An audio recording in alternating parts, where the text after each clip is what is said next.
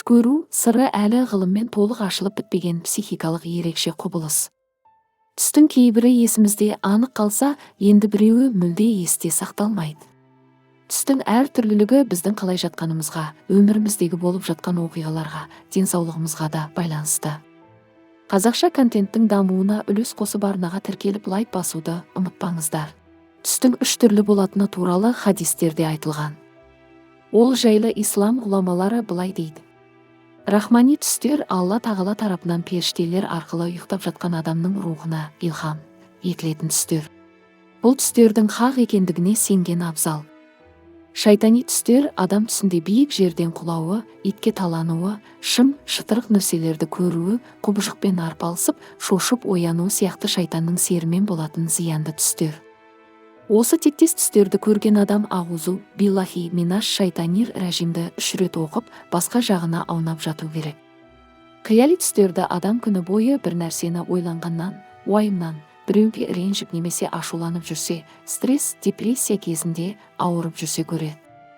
Бір хадисте, жаман түс көрген адам оны ешкімге айтпасын, шайтаннан да қорғану үшін Алла тағалаға жалбарынсын делінген.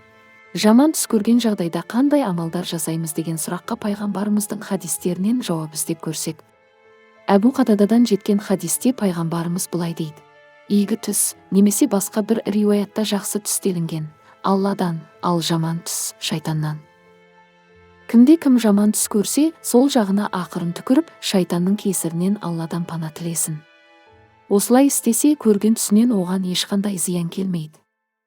Басқа бір хадисте. Сендер жағымды түс көрсеңдер, ол Алла тағаладан, Алла тағалаға шүкіршілік айтып, көрген түстеріңді әңгімелеп беріңдер. Ал ұнамайтын түс көрсеңдер, ол шайтаннан, көргеннің жамандығынан сақта деп Алла тағалаға жалбарыныңдар. Жаман түсті ешкімге айтпаңдар, өйткені сендерге оның ешбір зияны тимейді деп айтылған. Тағы бір хадисте пайғамбарымыз былай дейді. Жаман түс көрген адам пайғамбарымыз, оған Алланың салауаты мен сәлемі болсын, сүннетінде келген Фатиха, Иқлас, Фәлақ, Нәс және Аятул Курсиді оқып, оң жақпен жатқан жөн. Шынында Алла тағала бәрін білуші. Иеміздің бұйырғанын орындап, харам еткеннен бойымызда аулақ салып жүру құлының парысы. Түсте біздің ойымыздың, іс-әрекетіміздің жемісі. Әрдайым жаратушы иеміз игі түстер көруге жазсын.